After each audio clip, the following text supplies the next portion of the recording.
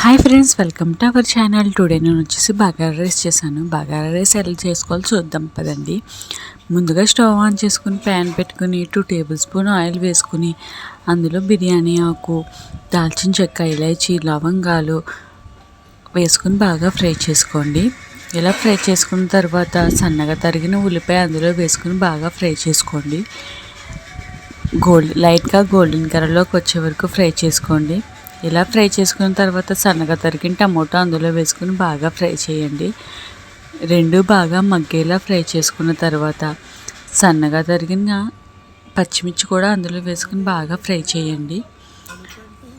ఇలా ఫ్రై చేసుకున్న తర్వాత 1 టేబుల్ స్పూన్ అల్లం వెల్లుల్లి పేస్ట్, 1 టేబుల్ స్పూన్ మసాలా వేసుకుని బాగా ఫ్రై చేయండి. పచ్చివాసన పోయే వరకు ఫ్రై చేసుకోండి. పచ్చివాసన పోయే వరకు ఫ్రై చేసుకున్న తర్వాత ఒక గ్లాస్ రైస్కి 2 గ్లాసెస్ వాటర్ వేసుకోవాలండి.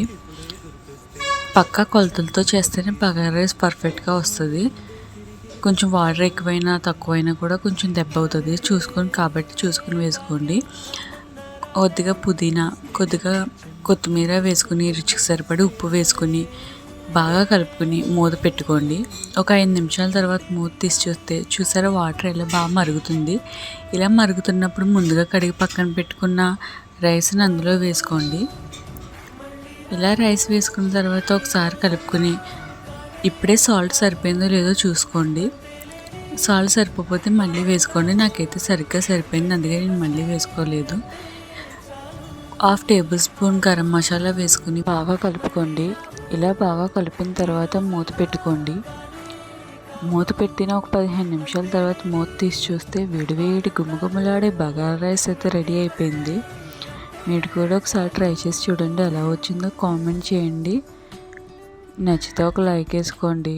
సబ్స్క్రైబ్ చేసుకోవడం మాత్రం మర్చిపోకండి.